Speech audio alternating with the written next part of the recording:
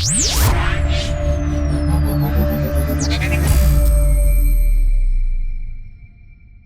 everyone, and a very good evening to all. Welcome to our one-of-a-kind online summit, Digital Horizons 2023. I'll just ask one simple question. Am I audible to all? Please say yes in the chat box, please. Yes, so you are. Yes, you are.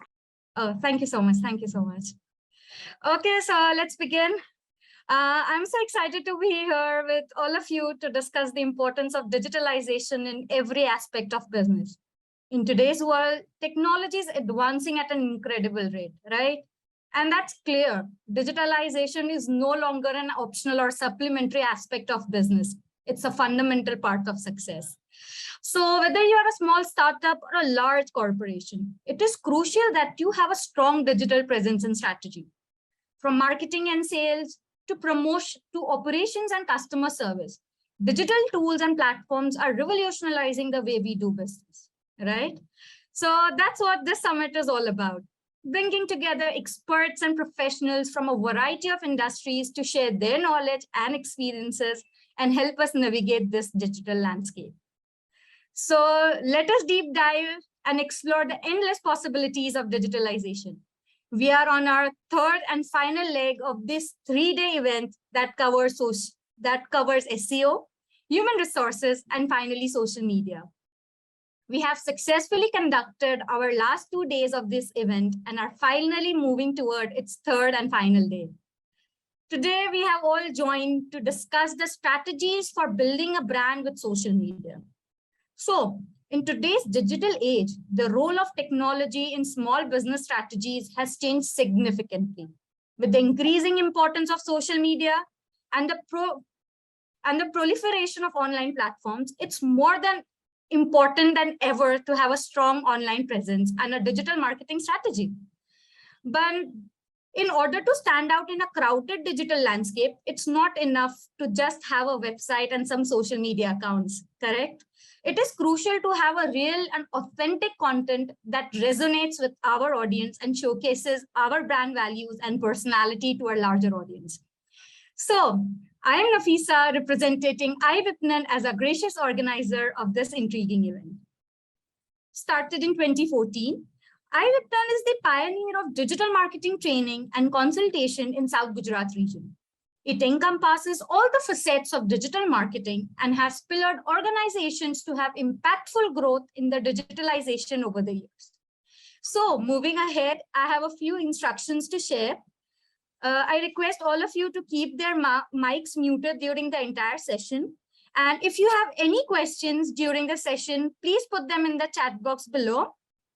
Also, stay connected with us until the end for receiving a participation certificate.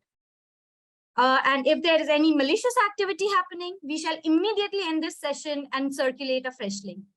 Thank you. So moving ahead with this event. Today, our session shall be divided into 2 parts. One will be a speaker session and another will be an interactive panel discussion. So I welcome our guest speakers and panel members for the same.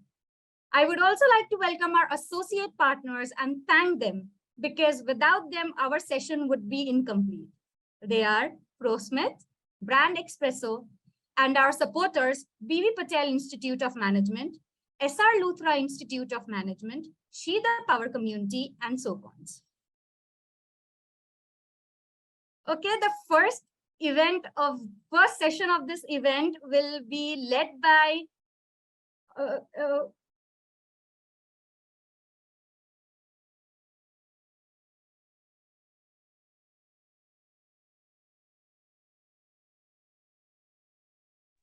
Nafisa, you're gone on mute. Oh, I'm so sorry. Am I audible now? Yes, now you're audible. Okay. So first we have Mr. Samir Kapur for our first speaker. And he shall be shedding some light on enhancing social media reputation with artificial intelligence. He has a 25+ years of experience in the field of public relations, corporate communications, public affairs, investor relations, and CSR. He has had his fair share of experience in startups, conglomerates, and MNCs across the globe. He holds 2 PhDs in international relations and public affairs from University of Adfactors and others in studying the strategic patterns in the Indian media and entertainment sector from AMU. He has also worked extensively with various CXOs for strategizing and managing their reputation and communication campaign. Welcome, Mr. Samir, and finally over to you. Thank you, Nafisa. Thank you so much for that kind introduction, and congratulations to iVIPANAN for managing this really well. Happy to be here and sharing whatever information I have to share with the audience here. I belong to a prehistoric era. I'm mostly a dinosaur in the space where you guys are operating. I've just learned everything on the job because never had those colleges and schools because technology was not as evolved as it is today. I just hope I would have done my PhDs during this time, would be able to use open chat GPT and others in a better way so that they can write my thesis as well and I don't have to invest so much of time. Without further ado, what I will do is I will take you through what's happening in the space as I see it, what's happening specifically in the way the PR is evolving, and the fact that public relation today is all about making sure that the engagement with the audience goes up. It's about storytelling. We've seen there's a saying which says right from Mantri to Santri, everyone needs PR.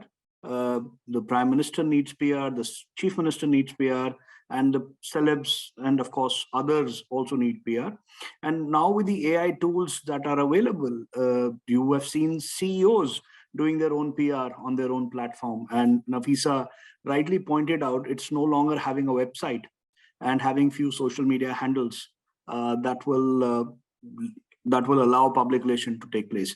I have made a small presentation. I've of course, it's about we're preaching the people who are already converted, but I thought I will make a presentation so I will look cool. So therefore I've spent some time in making a small presentation. And then I've also tried to figure out what it means for public relation and reputation management in the current era of artificial intelligence. So can I just share my slide? Yeah. Can you guys see the presentation? Yes, sir, we can. Yeah, right. So digital marketing, reputation, the age of artificial intelligence, and how algos and APIs are changing the way we are doing this entire aspects of marketing in the current scheme of things. So, sorry, is it visible in the full screen now? Yeah. I will go back to Mr. Gordon Moore, and it's also called the Moore laws, which says that the power of computing devices is going to double every 18 months, right? This is the famous quote that he quoted. And when I was doing my engineering, I'm sure most of you were not even born when I did my engineering, right? And we were kind of very skeptical of this quote, which said, okay, the processing power is going to change, things are going to happen. When I was doing my engineering, if someone would have told me that I can transfer data without the use of any wire, there's no faxes, nothing, I would have laughed, saying that, oh, how is it possible? I can't even connect to, and there was nothing called internet at that point of time. And so what we did was, he said, I don't expect this to be so precise. Now, this is also called the Moore's law, which is used in computers, in computing, and I'll just tell you how it worked. Now, this is how the exponential growth happened in last many years.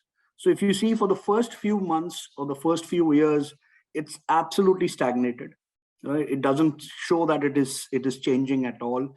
And then suddenly that change starts taking place. And you see from linear, it goes to parabolic. So I will not bore you with some mathematics. I'll actually go back to what it means in the exponential growth for the digital marketing and how it makes digital marketing so unique. The fact is that if you look at the entire ecosystem, the ecosystem has become very dynamic. There was a time when I started my MBA and post my MBA, when I started work, there was a time when you need to have a huge amount of investments in factories, having offices, making sure that you have workers. Only then the company was considered successful. Now look at certain changes that have taken place. We have the largest cab company in the world that doesn't own a single cab, right? And the company is Uber. The largest hotel company in the world that doesn't own a single room, which is Airbnb. The largest travel company in the world that doesn't even have a single airline seat, which is Make My Trip. Now, all of them have been the largest because they've been able to disrupt the ecosystem. And how that ecosystem has disrupted is business that they are using. There are tools that you've not even heard of. There are companies that you've not even heard of.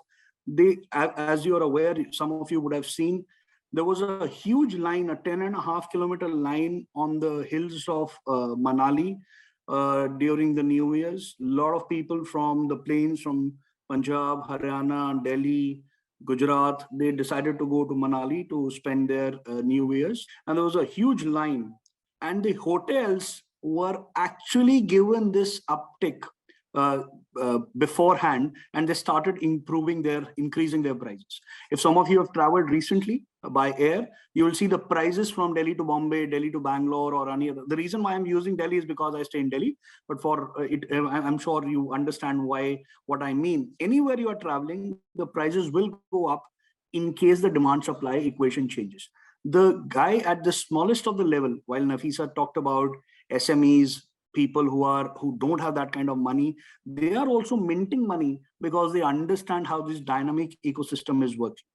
So what has happened is, the first thing that changed this entire thing is something called the open technology, which primarily means, which is like this, and there's a very anonymous quote, that if General Motors have kept up with technology like the computer industry is, we would be driving a $25 car with that got 1 lakh miles per gallon. Now that's reverse, right? We are driving a $1 lakh car with the price of petrol going through the roof. Point is, this is of course a very, very tongue-in-cheek kind of a statement made. Now, as I said, there is a clear parabolic shift that is happening across the world. And this change is changing the way we look at technology and in marketing. So what has happened in marketing is as follows. What you're going to see, that you see, and this is something that you'll see everywhere. This is consumer behavior one-on-one. You will see people sitting in a single sofa, and all three of them, while will be friends, will be chatting with their own friends on a WhatsApp, on a Snapchat, on Insta, or any other social media platform that is there.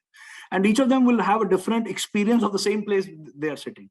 There are families who would be always, there are a lot of photographs that are doing rounds in the social media, that families are sitting and all 5 members, 6 members of the family have their own phones up, and they're chatting to their friends while having dinner in a restaurant. Now, what it means is, it means that these days.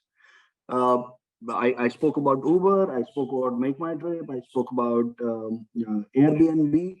All of them they don't even have their own IP, of course, apart from the user interface. What they work on is the basic Google map, right? An Uber guy will have is to make these two guys meet. And of course, there's a surge pricing, and you've experienced and seen all of that in your own personal life, right? Now, what it means is that internet has connected everything.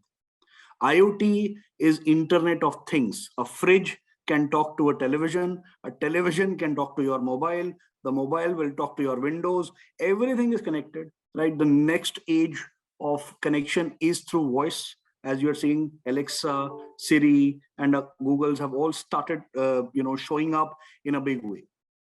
So what it means is that the way movies are being consumed, the way OTT platforms are being consumed, everything is getting more customized. And hence, see, these are what we call it as connected devices. Someone sitting in office can figure out what's happening at their home, right? There's a ring that comes in, and the rings will tell you on your mobile, what is your kid doing at 3 p.m. In the afternoon after he comes back from school. So even parents and kids, they interact with each other via this technology. Everything is now getting connected. Everything is connected. This primarily is the first way of artificial intelligence entering into life. You're seeing this. There's a HVAC control, there's an energy management system, there are set-top boxes that are linked to the Wi-Fi's. Of course, there is a remote control which is linked to Wi-Fi, there is a motion sensor. And all of us have seen this happening in our lives. And these are the changes that the marketers and people are seeing across, right? So this is, of course, a tongue-in-cheek kind of a cartoon that is being made that I think there is a smoke in my house because the moment I was typing something, there's a Google advert that pitched a fire extinguisher and of course a temporary housing for me. Now this is real. This is going to happen in real time. You've seen it. You go to Amazon, you type something, you've not bought it. The moment you go to Google, you'll see all kind of ads being chased at you because now the AI bots are going towards you in order to make sure that they sell the product to you. Now, primarily what we are saying is the world is now all getting connected because there's a huge change in data, the way the data is working out. What it means from concepts and technology is that data is making all these things very powerful. What is happening is big data means more volume, more velocity, and more variety. So the three V's that at my point of time in engineering was different. These three V's have changed drastically. Big data is everywhere. We are looking at what's happening across. Everyone is watching, and I'll show you how it works. Now, machine learning is for certain brands like Spotify, Netflix, Pandora. So primarily it means Netflix has AIs, Spotify has AIs to figure out. So let's say, what is it that Nafisa listens to in the morning in the songs? And what is it she listens to when she's exercising in the evening? And Spotify will through its artificial intelligence, will create such kind of peppy numbers for her because they feel that, okay, this is how Nafisa looks at or listens to a song. Same is with Netflix. Now, Netflix, for example, you're watching, let's say, Money Heist, and someone likes watching Money Heist or someone likes watching a genre which is action. Netflix will have a poster which will show action, which means it will show the characters of Netflix having all the stain guns and others in their hand.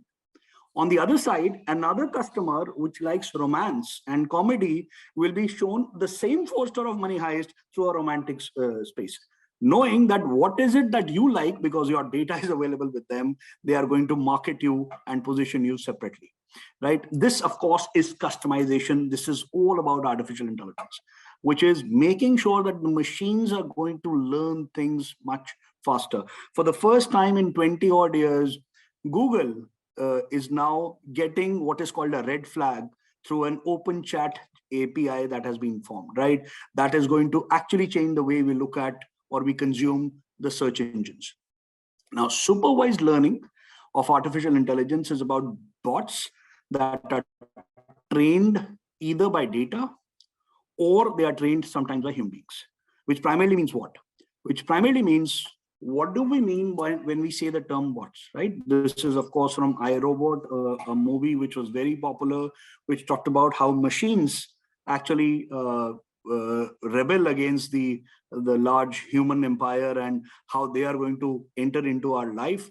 So these are invisible robots that look at data and then try to make sense out of it, which primarily means that entire digital marketing is now moving towards, for the first time in the human history, something called singularity.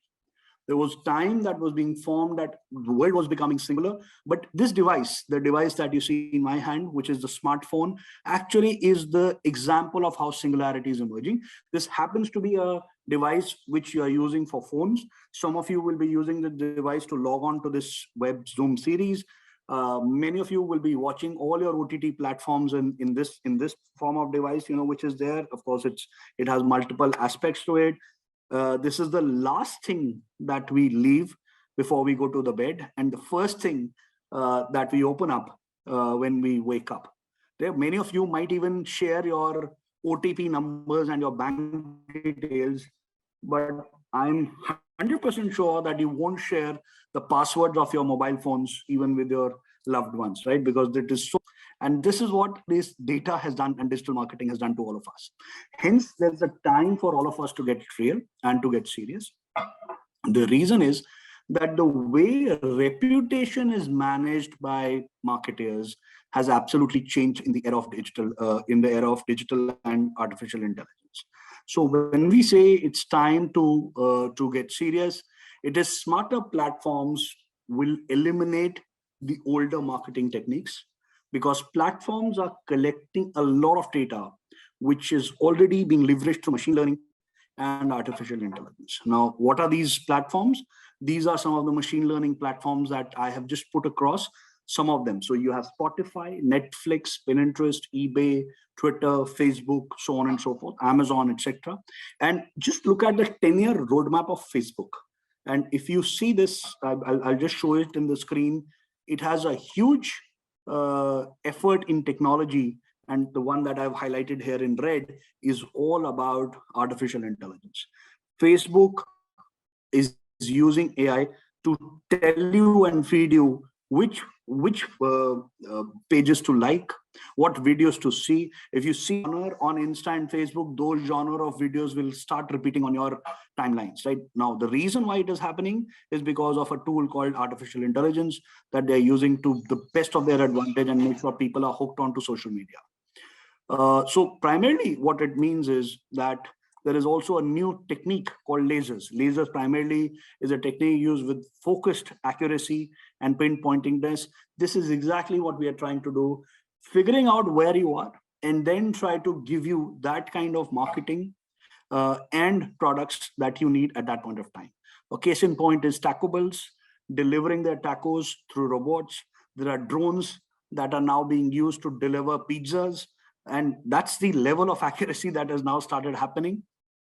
And primarily, we are looking at these big tech players who are now working with great extent in the artificial intelligence. I'll come back to what it means for reputation.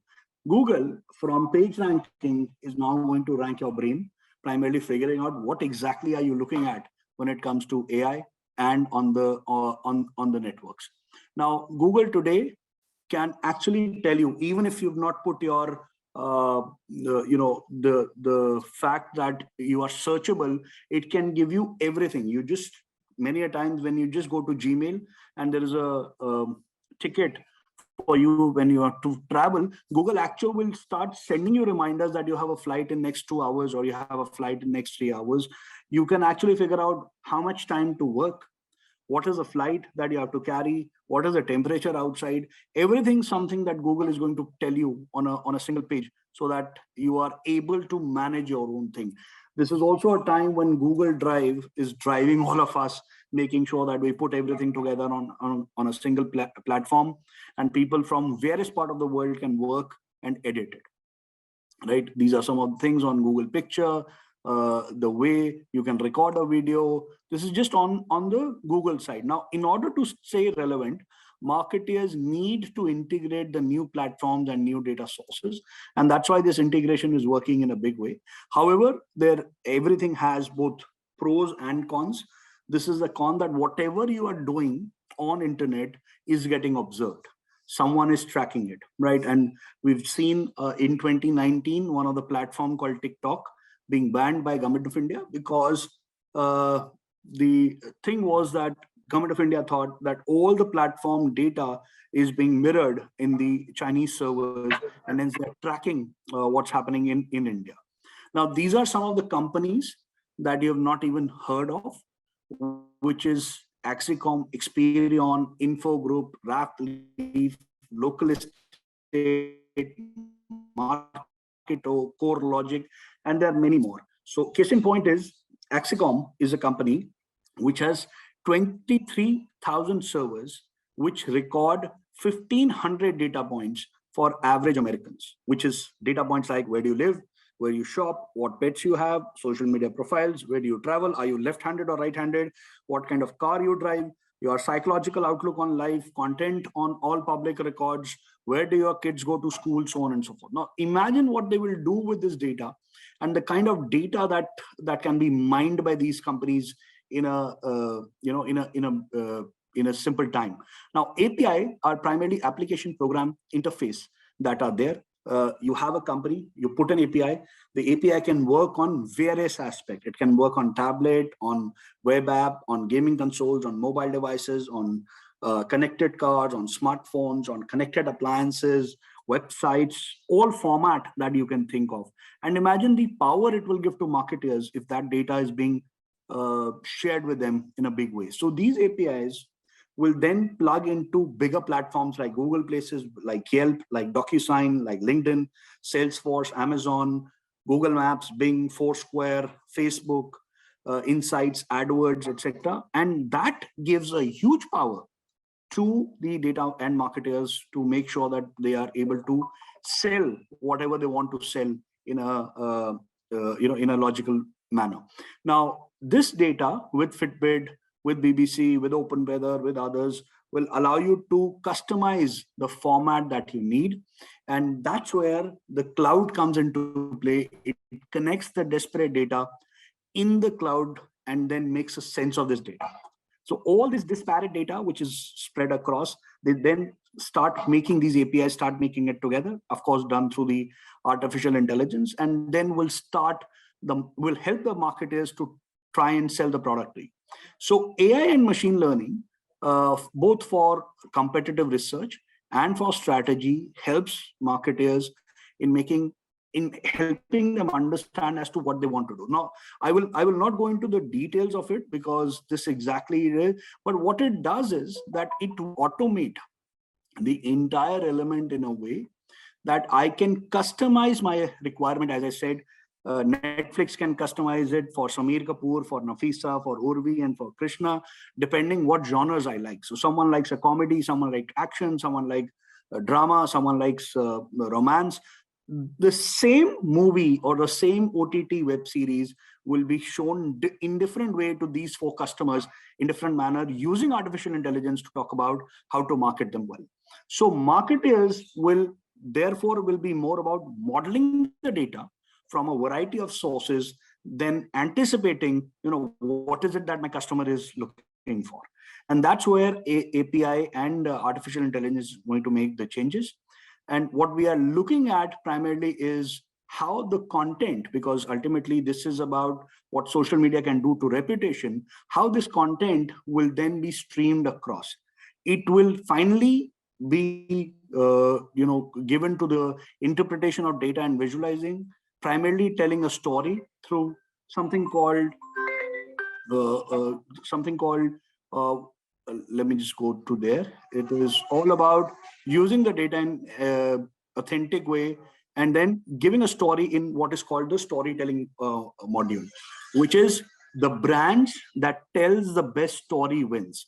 The reason why Apple is far ahead of the competition in the smartphone markets is because they are able to tell a better story than other brands. It's not that Apple makes the best product. It's because Apple tells the best story. And because it tells the best story, it wins in that marketplace. Same is true with other brands. So I will just take a minute before I end that what it means for public relation and what exactly is going to happen in the domain of PR. And this is what has started happening in the domain of reputation management. That this entire web and the fact that we are talking about this is because of this. See, what is it that Time magazine, which is one of the most important magazine, has said a couple of years ago? They always come out with something called Person of the Year. And this time, the Time magazine came out with a Person of the Year called you, which is people like you and me, that is normal consumer. Because technology puts us in control. We are the final people who decide what we want to use, right? And this coupled with mainstream access. So for example, this Zoom call, if the promoters, Nafisa and other wants to put it on YouTube or on Facebook Live, it's not only these 45 participants here, it can go up to thousands of people who will see it live, right? So that means, and this gentleman is known as the czar of modern media. His name is Rupert Murdoch. He said that if you have to find something comparable, you have to go 500 years back when printing press was formed. Printing press actually allowed all of us to make sure that we can buy data, we can buy information cheap. the photocopy was only for $50, right? Today, because of this data, it's the people who are now calling the shots rather than the what Arnab Goswami calls at Lutyens Media. They are no longer calling the shot. It's the people like you and me who are calling the shot. So what does it mean for reputation management and what does it mean for PR? Primarily 7 things, and I'll just end it here. The fundamentals remain the same, which is what you talk about yourself is seen as advertising, and what others say about you is public relation, which is reputation, right? Therefore, PR matters today more than it mattered earlier, because what others say about you is more important than what you say about yourself. And one of the reasons that you will see is this, that every brand, whether it is a Zomato guy, whether it is a Swiggy guy, whether it is Uber person, everyone says, sir, please rate me. Please rate me, please rate our services. Everyone will tell you, Netflix will ask you, Microsoft will ask you, Starbucks will ask you, how likely are you to recommend us on the social media? And the reason for this is in a research done by a company called Bain & Company. It says that if your net promoter score goes up by 12%, just 12%, your sales doubles. You look at Amazon, many of the brands you've not even heard of, but you will look at what people are talking about that brand. If the star rating of that brand is high, you will definitely go and see it or buy it. But if the star rating of that brand is relatively low, you will ignore it. The reason being that, or you're going to a new place altogether. You'll go to the TripAdvisor and see what consumers who have traveled to that place earlier are talking about. So reputation becomes more important than what others talk about you. So this is a very famous case study. You can go and search it on Google. It's called the Kryptonite Saga, where Kryptonite spends millions of dollars in advertising, saying that they make the best bicycle lock ever. And there is one small blogger who blogs about this, saying that I can open this lock with a pen. And in 12 days, this $30 million company goes for a toss, files for a bankruptcy, because one blogger has been able to damage the entire reputation of the huge marketing activity that has been done. Right. So this, and of course, this is an old case study, but it's a very popular case study on the social media. So this PR matters more than ever. Reputation matters more than ever, because what you say is not as important as what others say about you. And also the next part from the AI perspective, it's no longer about media. It's about making sure that all platforms talk about me in a better way. The third part is all of us who have to be in the business of communication has to befriend Google, which means the world reputation management system, Google is going to be tomorrow's PR matrix. So if you're not on Google, if you're not searchable, people are not going to listen to you and like you. And the fourth understanding of this is that PR has to move beyond press releases, because PR is no longer about written words. It's about audiovisual. It's about the AI chats. It's about the bots that are now activating it. And hence, we need to go beyond written word into the audiovisual range. YouTubers are making huge monies these days than, let's say, even the film stars in India. So that's the importance of it. And second last point is, if you've read this book, Seth Godin, he's one of the best writers in marketing of recent times. He's what Kotler was to my time. This guy has written some brilliant book. It's called Purple Cow. It is, if you want something to be interesting, it has to be remarkably different than normal. Normal is boring. Normal is boring. That's the reason why people don't look at normal cows. But imagine you're walking somewhere, up normal guy nahi dekhoge. But if the cow is painted purple, that's where you'll stop and notice. And this is exactly what happens. We've seen some of our ministers, the topmost ministers who are brilliant in public relations. They make sure that everyone comes united for a particular event. So case in point is the 75th year of India's independence. The user generated content was brilliant, that everyone has to hoist a tricolor at our house called Har Ghar Tiranga, and then click a selfie. On my timeline on 15th of August on LinkedIn and on Facebook and on Insta, I have all my friends posting their pictures in front of the Tiranga. Right now, that's the level at which it becomes larger than life and people start talking about it. So again, it's not what you say, it's not about the Prime Minister's speech, but it's about people talking about it that matters the most. And last but not the least, reputation is all about making sure that I ignite those conversations and let it go. So I've used my time. I started off from here. Nafisa, back to you. And I'm sorry if I would have exceeded a few minutes. No, Samir, that was really insightful and a remarkable talk from your side. So after your talk, I remember an interview from Elon Musk, and he clearly stated robots will be able to do everything better than us. So I think we live in an era that is coming true. But what's more intriguing is that how well we communicate digital, that is more precisely AI, with people's experience. So yeah, it's really well to see how we are going forward in that direction. And AI, admit it or not, it has simplified our lives, but it is a weapon actually, and it's in our hands how we wield it, right? So moving ahead with our second speaker for tonight, that is Mr. Nikhil Kumar.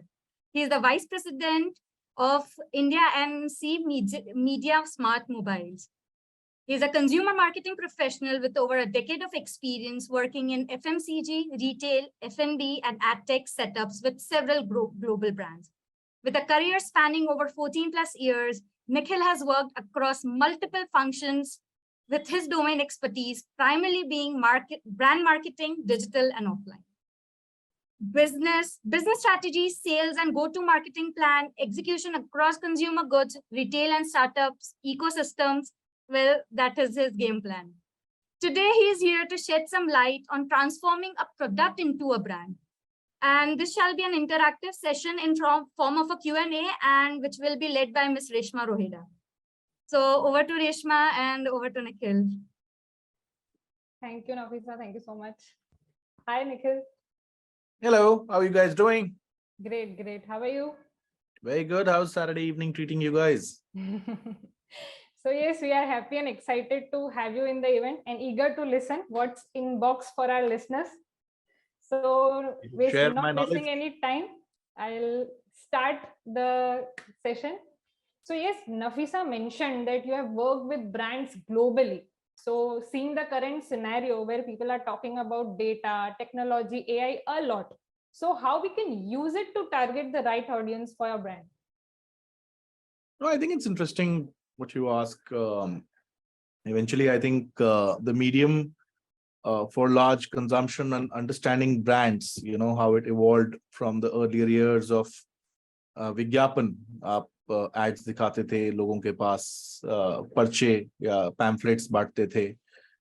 Post that came the era of radio, that became the primary channel of reaching your audiences. Then came television, which became bespoke. Till date, television is the most impactful medium for most countries across the globe. And obviously, when television started to fade, there came other mediums, there came outdoors, there came newspaper plus outdoor plus TV. And then came somewhere in 2007, 8, the era of mobile.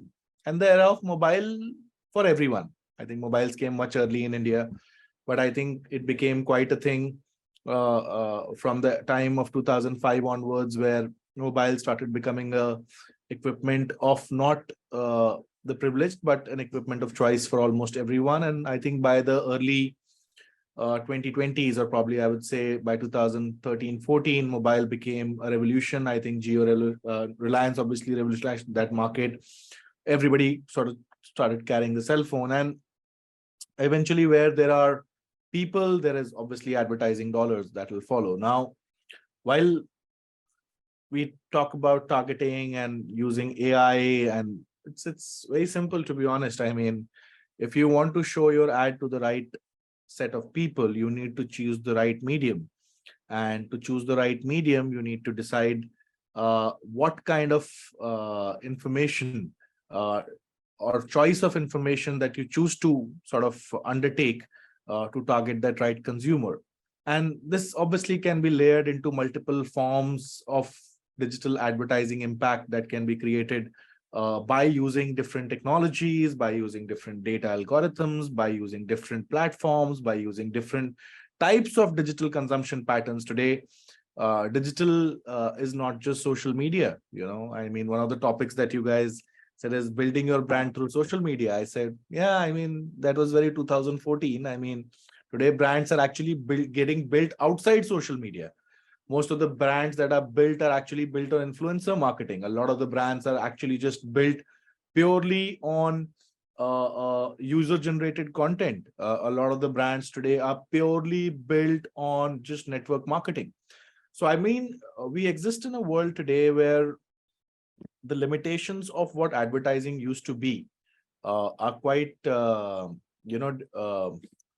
how do I put it in a better word? It doesn't exist anymore. I mean, you can be a brand which can be purely created out of just smart marketing done over multiple channels. You can actually have digital marketing done on televisions today, which is an area that we talk about a lot. We've been sort of a good advocate of connected TVs, a terminology that very few digital marketers use quite often. I think the previous speaker also, Samir, did mention how important is Google to your life. And I think while the premises of the walled gardens are defined, I think there is enough and more outside from a targeting lens. So if you have a specific question, I'm happy to answer. Otherwise, that's my generic answer to your question. Okay. So yes, we are talking about brand building, and we're talking about brand building across various screens and not only social media. Yes. My next question through this will be, when we are talking about brand building, there is a user journey across various digital screens. So Yeah. what are the key elements of that journey which affects the brand building? Very good question. I think it's a very relevant question when it comes to digital advertising. I think we live in a world today that we have predefined how advertising should work. We believe that if you are an advertising brand, you have arrived if your ad has come on TV. Big Boss, IPL, Instagram, Google search engine. We predominantly define our parameters, social media, Facebook dollars. We predominantly define our boundaries of saying, hey man, are you doing all these 5 things? If you're not, probably you're not a brand that's going to be very successful.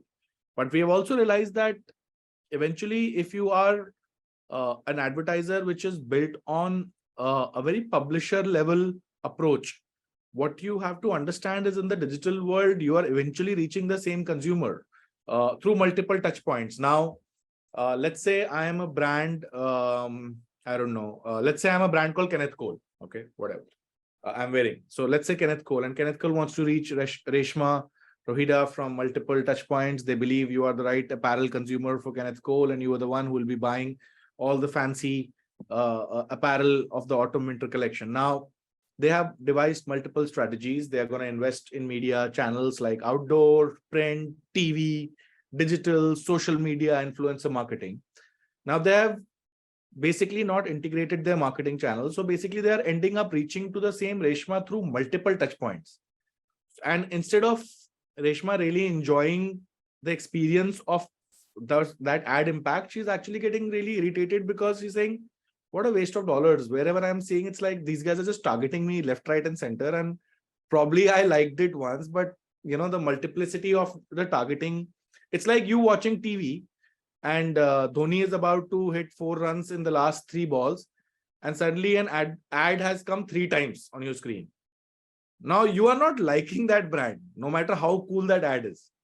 You're disliking the brand for the sheer poor targeting that they have done on a frequency capping on that particular user influence. And which is where integrated marketing becomes super important, that at the end of the day, and it's very possible on digital. The beauty of digital is that you can actually understand the user from a device ID lens. Now, as long as you have that mobile that is kept in front of you, either it is an iOS ID or it's an Android ID. Now, technically, you are recognized by that mobile device ID in multiple ways. And there is an understanding of your location, a proxy of your location. There is an understanding of your location habits, where you travel, what do you do, What kind of applications do you use on your mobile? It is surely you. I'm sure you don't have just Instagram on your mobile. I'm sure you have more than 20 apps on your mobile. Now, what do you do across those journeys? Now, you also probably have a TV. Nowadays, you spend a lot of time on OTTs. You want to watch the Netflix, you want to watch the Mirzapur, you want to watch all the likes of Sacred Games, but you're also doing that digitally because that's also a digital channel, to be honest, right? Then you go across various hoardings where you are traveling in Surat or whichever part of the country you are in, and you see a digital hoarding and say, wow, man, this is so cool. That's actually also a digital hoarding. And when you pass that hoarding, there's an understanding that can be built that you actually pass that hoarding. The point that I'm trying to reiterate is, as a single user, you have multiple touch points across multiple screens. It could be a large screen, which is your TV. It could be a small screen, which is your mobile. It could be a digital OLED screen. It could even be a TV screen, which is in your apartment while you're going down the lift. There was some ad playing in that apartment complex. So there are multiple screens. And what advertisers need to understand today is that it's not important where your ad is getting shown. It's very important today who your ad is getting shown to. And then you decide which channels which you need to use. So you unify your reach. Otherwise, what happens is you end up showing the same ad across multiple channels to the same user.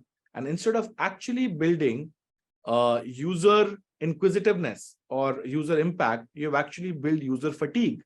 And what user fatigue means is I do not like seeing your ad. I hate your advertising. I basically detest your spends that you're trying to annoy me with. I would rather be happy if you actually showed me the ad and I would have taken an action on it. And probably you don't even understand that you actually showed me an ad to buy a fridge. I've actually already bought the fridge and you're continuing to pester me with the fridge ad. So I think it's important you understand the digital footprint of a user and also understand that predominantly how you look at your consumer from an offline lens is not how their online behavior is.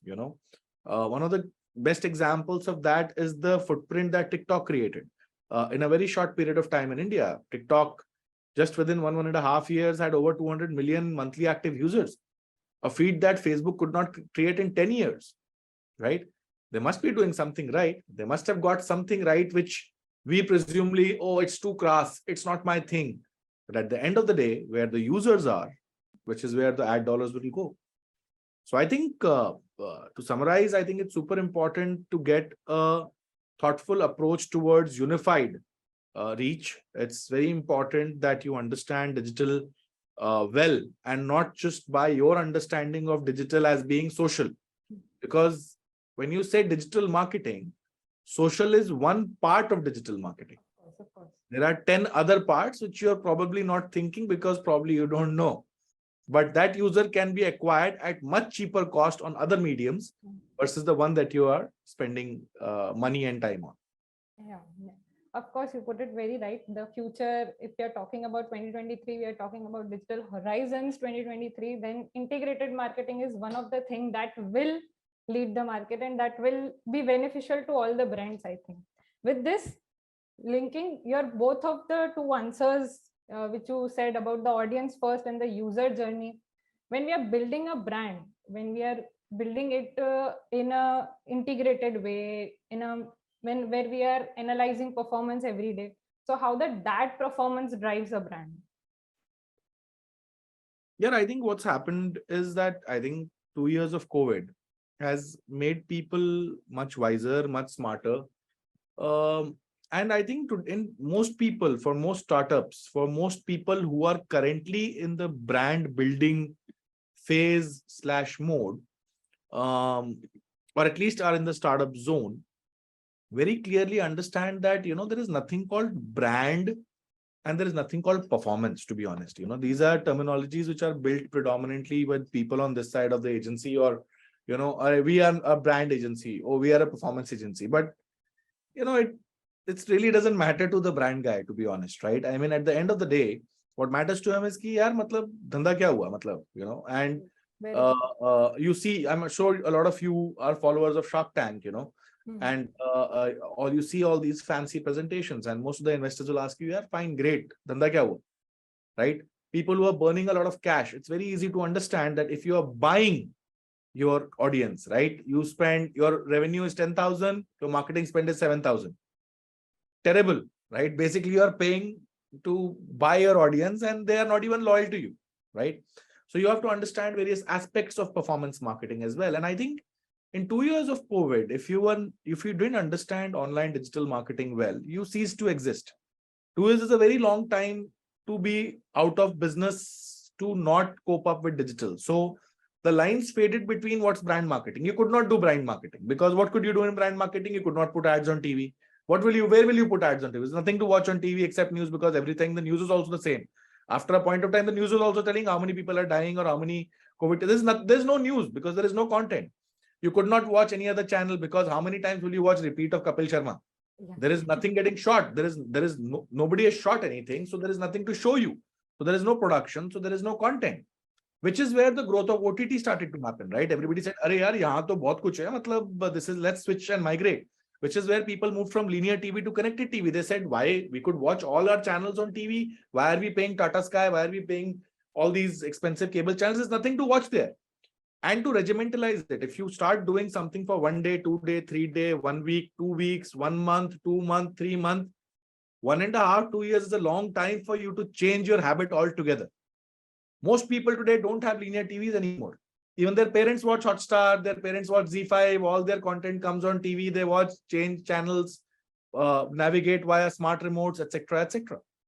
So it's become very intuitive. So you really are living in an era where, people are saying, hey man, so I gave you money, what happened from it, right? I mean, great. Somebody clapped for you and you said, yeah, the campaign performed really well, but what does really well mean? The really well actually means what impact are you driving for the brand? And I think I fundamentally believe, and with my experience being on the marketing side and then moving to digital ad tech, is that you have to understand that difference really well, and I think which is where a lot of the challenger brands today, if you see the growth of MX Player, if you see the growth of Z5, if you see the growth of Disney Plus Hotstar, if you see, these are all large companies today, right? Which are predominantly competing with YouTube, competing with Netflix, competing with many of those who felt this is predominantly their space. They failed to understand the requirement of the consumer. They failed to understand what's required today. It's like Kellogg's coming to India and thinking everybody will eat cornflakes in India. We don't, okay? And a large company like Kellogg's drastically failing. And today, if you go to a Kellogg's probably side, they are making paratha, cornflakes and whatnot. They have realized, what's to be done in India. So I think it's important. Most marketers also realize that performance marketing or brand marketing, I think is terms that we can define for ourselves. But I think if you are a smart marketer, if you are a digital person, you need to understand the user journey well. You need to understand from exposure to engagement, from engagement to the journey to, intent towards purchase to actual purchase, and not just stop there, but, lifetime value of the consumer, what we call as LTV. So I think that's predominantly how you should be focusing as a digital marketer on the user impact to journey. Yes, correctly put. We can say that even if we go 5 years ago, 5 years beyond this, and then the core of the marketing will remain the same. The core of the marketing will remain constant, and everything else will connect. Digital marketing is there, but its core is only and only marketing, which is marketing management.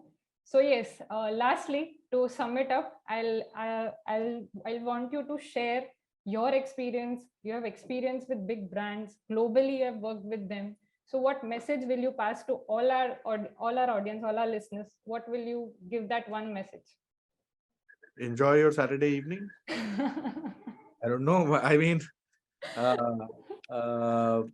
don't know what that question really means, but I think most of what I wanted to share, I have shared. I think the digital space is evolving really fast, and I think nobody, I think, can say that they know it all.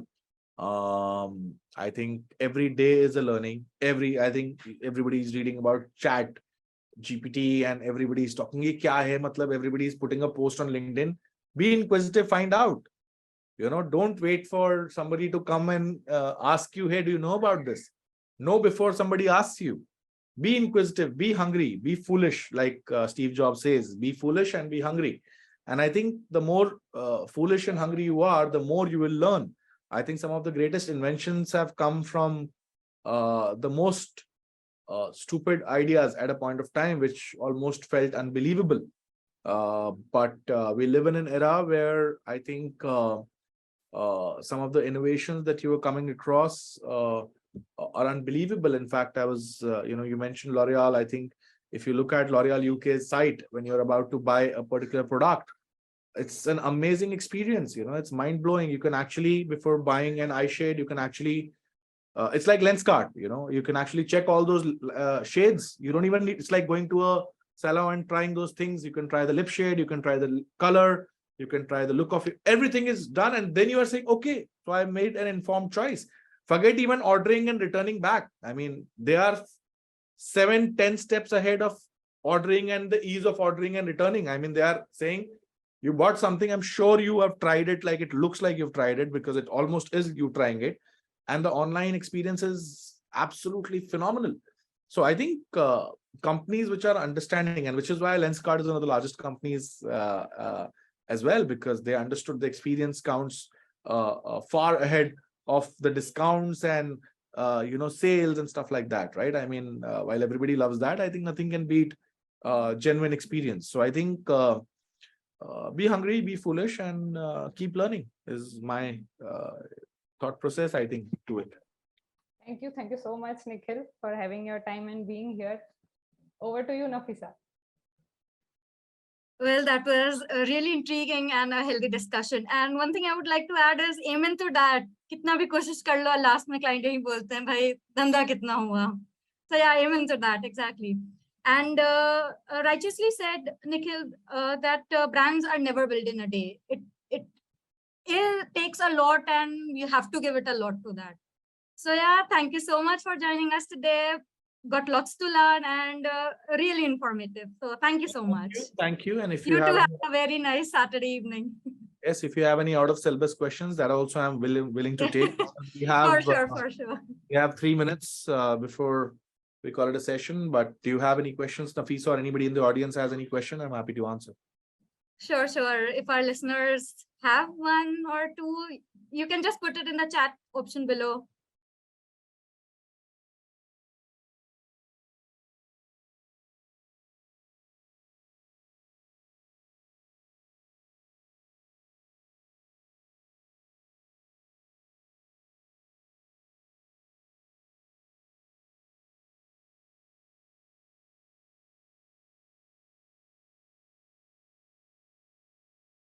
तो एक बात बोल सकते हैं, सबको सब गले उतर गया है यहाँ.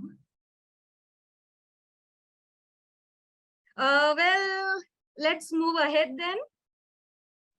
Cool. Thank you, guys. Thank you so much for your time, and have a great weekend, and I wish you all very best. Same to you, Nikhil. Bye-bye. Thank you so much. Bye. So let's move ahead. 2 speakers done. Abhi रुको जरा, बाकी है अभी game. So moving ahead with our most anticipated panel discussion. Yes, that's right. We have 3 remarkable speakers in house today, and they shall be sharing their knowledge on one very nice topic, that is power of authentic content for social media marketing. For it, let's introduce our panelists. They are first Mr. Phillip J. Clayton from Jamaica. He has over 20+ years of experience and has focused on building strategic relationships aimed at developing quality business solutions that impact brand design and development. As a practice, he's mostly centered around art and design, brand design and development, packaging design, business, product development, advertising, and marketing. Our next panel member is Kiran Giradkar, a strong and dynamic marketing leader in food and beverage industry with over 19 years of proven opinion leadership. Awarded as the most influential marketing leader 2022 by World Marketing Congress. He has the ability to shape the brand and business culture. He holds a master's degree in management studies from the University of Mumbai and is also an alumnus of Institute of Chemical Technology, Mumbai. Currently serving as a Chief Marketing and Communications Officer at Nilons Food. And he has joined us today with his experiences hailing from FMCG industry with India's most loved brands under the belt. They are Parle, Bajaj, Bisleri, Camlin, Storia, and Nilons. Our third speaker is Siddhi Jain. Siddhi Jain is the manager of social media strategies at iVIPANAN Digital Marketing Services, Surat. She is also the coordinator at She the Power Community. She is also a digital marketing trainer at iVIPANAN. She has a 6+ years of expertise in content illustration, social media marketing, and campaign planning, and also content strategies. Her core strength is content strategy, business need identification, and social media growth. Currently, she has worked on 60+ digital marketing projects from different industries, hailing from healthcare, IT, real estate, lifestyle, finance, human resource, food, e-commerce, and education. Welcome on board, everybody. And last but not the least, our session shall be moderated by Ms. Reshma Rohida. She is the manager of social media and creative at iVIPANAN Digital Marketing Services, Surat. She is also a digital marketing trainer at iVIPANAN. She is an experienced story visualizer with a specialization in marketing and management. Her core marketing professional skills are creating concepts, stories, concept visualization, story animation, and videos. Welcome, everybody, and I would like to pass over to Reshma and request her to begin the spectacular panel discussion.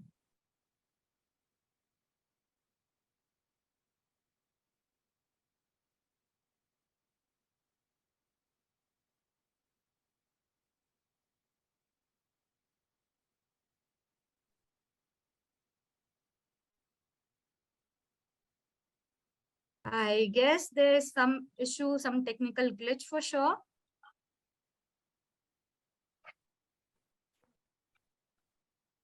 Reshma, are you there with us? Hi. Thank you, Nafisa. Yes, there was a technical glitch. Thank you so much. No issue. Thank you, Nafisa. I am really excited and I'm really excited to lead this panel discussion and started with a topic which is our marketers' favorite. So yes, when we talk about authenticity, when we talk about power of authenticity, the first thing comes to our mind is the trust of the customers. So it is said, trust is earned and not given. So based on that, if you want to get the trust of the customers, there comes the role play of authenticity. And here we are with the topic, the power of authentic content on social media. So yes, we'll kickstart the panel discussion. And before moving ahead to the discussion, I would like to have the opening statements of the panelists. So I'll firstly move towards Kiran. Kiran, your opening statements on the topic. So thank you, Reshma, and good evening, everyone. Next 1 hour, I'm extremely sorry. I will be spoiling the weekend or the Saturday evenings of most of the guys. But any which ways, let's make most of it. I'm here to learn more from you guys. What I have seen in last decade or so is that the marketing has completely changed. To give you the context, 20 years before, marketing was one-way traffic. Okay, we used to have an advertisement which were thrown to us down our throats, and consumer never had any say in it. I mean, forget about even the packaging having customer contact numbers. So that's the way marketing was. Today, in the economy, which is called as the content economy, the more power is given to the consumers, and the marketing, which I would like to call it as more participative in nature. So the brands are co-curated now, the campaigns are co-curated, and the journey is being lived together by consumers as well as the marketers. This is the age where consumers are more savvy and more informed than any time ever in the history. Now, that is why you cannot fool them around. So the statement of marketing and the way of advertising or communicating has absolutely changed. Now it is more authentic, as you rightly pointed out, and which is the core of today's session. You got to be as authentic as possible to gain the trust. And I believe that every brand, the purpose of every brand in this world is to gain the trust of the consumer. Okay, I mean, they are moving, and that's the ultimate goal of any brand. And earlier were the days where they used to fool around, but we are living in a digital era where we are interacting day in and day out, and we are living with the brands, consumers are living with the brands, and the brands are living with the consumers, right from the morning to end of the day. Now that is where the authenticity comes into picture, because earlier we were hooked onto larger screen, now smaller screen. The content is given to us, but we have the ability, we have the last say what kind of content I need to consume and when to consume.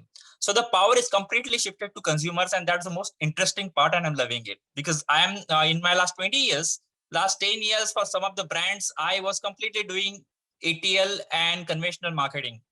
But I think last 5 to 6 years, my paradigms have completely changed.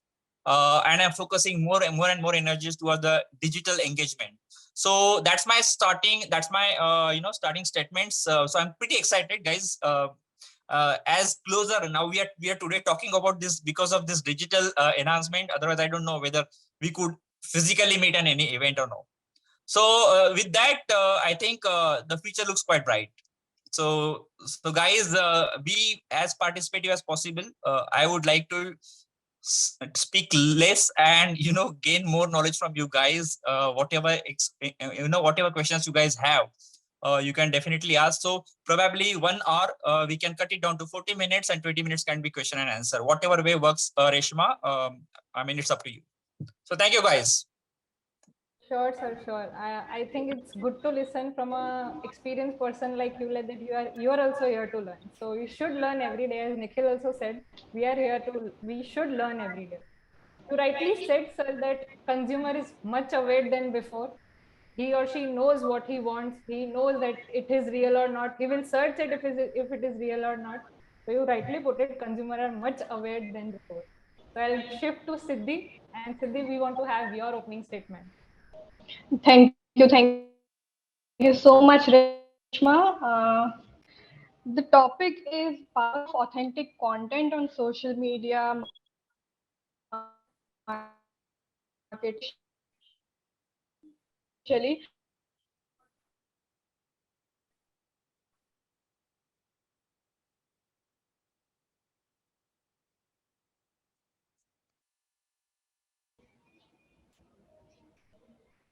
Yes, I guess I'm audible. We could not hear Yes, you in Siddhi, you between. are. Yes, you are audible, Siddhi. Okay. Thank you. Okay, so we marketers know how. Hope I'm audible. As Kiran also said, to gain the trust of the customer, and brands also wants to gain the trust from the customer, and दोनों एक ही साथ में रह के ही ये chain आगे चलती है.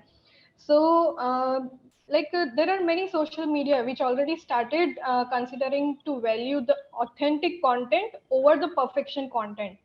Like nowadays people are so smart already, like they know what the brand is, and what their content is, what your product, what your service is, who is associated with that brand, and everything is well researched by the customers already before they make a purchase. So on this, like if we talk about the social media and authentic content for 2023, so there are major few updates, or I can say few observation that will come in this year 2023. Like as we know that past was the days when brands were looking for the shooted and created contents by the influencers, but now table turns. As we all know, there if you open any social media, like for example Instagram, we find many content by creators, many people create content, like so much content there is. So brand will identify those micro influencers who got a real and authentic audience, and of course that must be trusted by the audience. They are those people who not create the content just for the sake of creating content, but they are actually documenting their stories and experience with that brand. So second, I would say that trend. We all know trend is very important. To be in with trend is very important. So following the social media social media trend is not like we are copying to someone or copying the trend. It is like you need to incorporate your brand's message into the trend and create a long-lasting impression and impact on your audience. And of course, it should be real and authentic and relatable content. And LinkedIn, if we talk about the LinkedIn is now focusing more on to publish in a post or articles in the groups. If we post articles or post on LinkedIn, they suggest us to post on relevant group. So they are pushing towards group side, and also LinkedIn is focusing on short videos. And third, most of the HR companies already started that.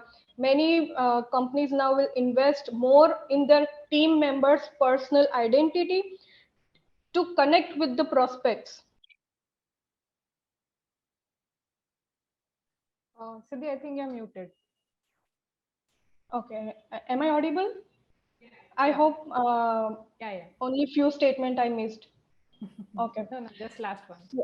Okay, so LinkedIn HR people started on LinkedIn and taking it like a very important social media. If we talk about the like many people, social media marketer consider reach, impression is the major, like they focus on reach and impression. But we all know that engagement like likes, comments, share is also very much important than reach and impression. But now in 2023, I guess like brands should participate in conversation. It is above like, comment, and share. Brands should participate in conversation, and so that Facebook and Instagram and LinkedIn platform, they will emphasize on engagement by rewarding that account that actively participate in conversations. And at last, I would say that YouTube also focus on now shorts, YouTube shorts. So of course, the role of storytellers, they will win the game in YouTube shorts, I guess. So these are the few points I see in 2023.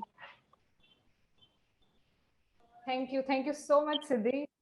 Yes, storytelling will be the base of everything, and storytelling is itself the core of authenticity. People are going to social media, people are going digital to watch stories and not images and videos. So we are all in for stories. So yes, I'll pause this discussion for introduction of Phillip. He was a little late due to some reason. So he's here and we'll now introduce Phillip and continue the discussion. Hi, Phillip. Come on board. You're mute, Phillip. You're on mute. Hi, thank you, Rishma. Did I say it right? Yeah. Okay. Hi, Kiran. I'm trying to say his names properly. Sorry. That's right. Okay. And City. That's correct. Yeah. Nice to see you all here. And I'm seeing people. Sorry. All right. So. Digital. Well, I'm gonna just, will introduce you. Then we'll continue the discussion. Go ahead. Sorry. Okay. So Phillip J. Clayton, for over 20 plus years of experience, he has his focus on building strategic relationships aimed at developing quality business solutions that impact brand design and development as a practice and not as the off-the-shelf service. He is mostly centered around art and design, brand design and development, packaging design, business and product development, advertising, and marketing. We welcome you here, Phillip. And finally, over to Rishma. Thank you, Nafisa. So, hi, Phillip. So, guys, yes, we'll continue the discussion and have first the opening statement of Phillip. So, Phillip, your opening statement on the topic. Okay, thank you. All right, so I'm gonna make 3 points and then just say a brief thing. For me, the brand is what's left after the experience ends. That's brand for me. The moment that we believe we're building brands, we're on the wrong foot. We started on the wrong path completely. We don't build brands. And brand design and development as a process asks deliciously complex questions. I have this on my website. It's my favorite statement. But it remains simple in its intent. It has one main purpose, which is to communicate and or represent a company or anything that is relevant to that. And that representation can also mean communication. What this means is simple. Brands form over time. We do not create them. They form through experiences and association with the offerings by companies and the functional marketing assets, what is commonly known as branding. The brand is fictitious, one might say. It's not tangible, it's perception. It forms in the minds of people. Therefore, brands are formed by people, for people. We as service providers and business owners develop the tools that help consumers to align with their brands as much as we aim to align with their needs. We curate the story, we curate the experience, we curate the rewards. We give them something to remember us, and that is what they take home. Therefore, the brand is only as great as what it represents. And but focus has to be on the brand. It has to be, Steve Jobs said it best, focus at the top and the bottom line will follow. Most companies focus on the bottom lines and forget the brand. The brand is what the consumer experience. So you have to have confidence in the business and what it's offering. So that's my summary of brand. You can go forward with that. Thank you so much, Phillip. It's very interesting to listen that from outside our country, where people are talking about brand, they're also talking about consumer experience, they're also talking about authenticity, they're also talking about how a consumer feels with your brand and not about anything else. So it's really interesting to listen to that. So yes, finally, I leave this panel discussion open for all and move towards the interesting discussion, as I'm seeing that opening statements are very interestingly put. So yes, firstly, I'll go to Kiran. And Kiran, I would like to know, what if you have worked with so many brands like Bajaj, like Camlin, like Bisleri, and now with Nilons. So what is the ideal way a brand can make its content strategy and add authenticity to it? Okay, so to start with, I will step back a little. I have come across so many marketers. I think one key missing puzzle in any marketer strategy is the purpose. If your brand misses the purpose, I think you are likely to get lost in an ocean. The purpose cannot be I want to make sales. Purpose cannot be I want to build this brand. The purpose has to be a solution given to the consumer. And if you know very well what is the purpose and your target audience, now that is where your all content strategy evolves. If you don't know the purpose, I don't understand how the brand can even think about the content, what to speak, when to speak. For instance, one of my favorite, apart from the brands I worked, one of the favorite brand which I always admire and always find as an institution in a marketing is Coke. Now we have seen the Coke as a brand has biggest challenge that everybody knows that it's a shit product. It's not a good product, but it's one of the biggest brand everybody loves. Now their purpose is very, very clear. They want to refresh the world and spread happiness. Refreshing the world can actually go much beyond the product. And there is a very interesting insight in it. I, as a parent, I hate that brand and I never want my kids to even engage with that brand, the product. But I love that brand and my kids love that brand. They don't consume it, but they love it. How? I'll tell you what. They don't refresh me through, I consume the product by itself. But when I come back from a busy day and I want to refresh my senses, I switch on a television and I switch on to music, which is given to me from Coke's through the medium of Coke Studio. Now, Coke Studio is an amazing example how authentically you can spread the content which is aligned to your purpose. And that's the way I get refreshing. And that brand is in always sync. It might have nothing to do with the digital, Okay, I'm consuming that content on a digital, but that's very authentic content. The whole 3 hours program of a Coke studio, you will never see a single bottle they kept there, but you know that it's Coke. And that is why you get completely into the world of Coke. That's such an interesting stuff. That's one. Number two, talking about how you leverage digital to spread your content strategy authentically. I think one of the ways most of these marketers have utilized is the influencers. Now, the problem is most of the people do not understand what's the difference between a content creator and an influencer. Content creator is somebody who creates content, but he doesn't have any power to influence. He might be having so many followers, but he doesn't know how to talk the language. For instance, you might be aware about so many content creators, but if you ask Virat Kohli to create the content, he never be able to create the content. So what is for a marketers to understand, if Virat Kohli is an influencer, why is an influencer? Because whatever he does, we are likely to connect to him. We are likely to follow his habits. So the influencer is somebody who influences somebody's lifestyle. So as a marketer, nobody should ask Virat Kohli to create the content. The content has to be created by a content creator very authentically, and then it has to be promoted through Virat Kohli. So that's where the difference is. Coming to my brands, yes, you got to be as authentic as possible. Nilons as a brand has a purpose to spread pair. Okay, what is happening is this category in food is quite cluttered. There are n number of the brands. If you see the communication landscape of the food category, everybody talks about taste, which is the functional payoff. Everybody talks in a kitchen with a mother and a son, they are smiling faces. I bet if I talk to you and ask you what brand is endorsed by Kareena Kapur, by Juhi Chawla, Shilpa Shetty, or Madhuri Dixit, you are likely to fail which brand it is. Now that is where we have never gone ahead with these ladies. We understood that we have to spread the pair, and for spreading the pair, we have utilized digital as an engagement medium.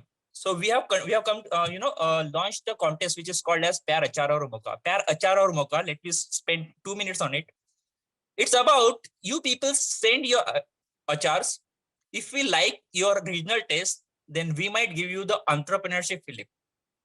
What it means is, Bejo, if you win that contest, now the contest is completely digital. They are continuously speaking to us. And if we find their achar very interesting, we will manufacture it and they will get the proceeds. Now, if you take time to go on my Instagram or Facebook or any assets, digital assets, you will see that these ladies from Jharkhand, ladies from Indo, ladies from Hosur, these ladies are my influencers.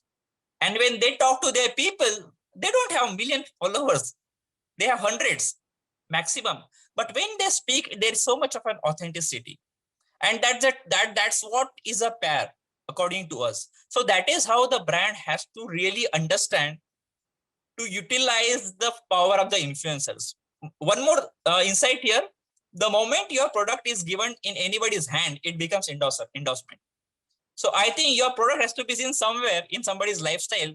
There is more chances of your product being seen as a genuine and authentic as compared to somebody who is actually giving you the cup and saying, this is the product I like, you should also buy it. It is never going to happen. Now that is where the thin lines of authenticity comes into picture. I always prefer a marketer's thinking that the brand is kept somewhere and he's talking continuously or engaging the consumer. That brand, you in your subconscious mind think that yaar ye genuinely use karta hoga. Then somebody saying yaar ye brand use karo, main kar raha. So with that, I mean, these are the few instances which I actually shared with you, which I feel that as a marketers, most of the people who will be into marketing should also be very, very cautious about. So there's a very, very thin line about what is salesy and what is authentic. And these are the tricks you can actually do. Also, we're talking about the content at a UGC. You must have the content quality as raw as possible to give it an authenticity. I mean, don't get into 4K cameras with light setups. Everybody knows. As I already told you in my opening statements, consumer is more savvy and he understands everything. they will understand from the first frame that this is the content created by the brand and it's not authentic. So you got to be very, very clear about this, the very, very fine lines. These are the instruments marketer can check before they launch any campaign on digital. That's it. Rightly said, sir. People who are using your product, people who are have been there with your product for a long time are itself are themselves the influencers and are themselves will tell about the product to the people, and that is the core of authenticity. That is authenticity. So when we are talking, when Kiran said that the raw content, we are talking about raw content, but we are still talking about designing too. So I'll shift to Phillip now, and I'll ask this question to Phillip, that what you see, how do you see the role of content for the core message and for the presentation and design? Let me make sure I heard you properly. You said the future of core message. Okay. The purpose code of the brand. message, right? The core message and the presentation of brand. Purpose of the brand. Okay, Okay. Got it. So Kiran made great points, and I've never been to his side of the world. I guess because where everybody is India, right? I've never been there. I know you have lots of people to market to and competition and everything. Differentiation is still, in spite of what some people might think, a lot of people consider branding as fluff, but branding is part of the process.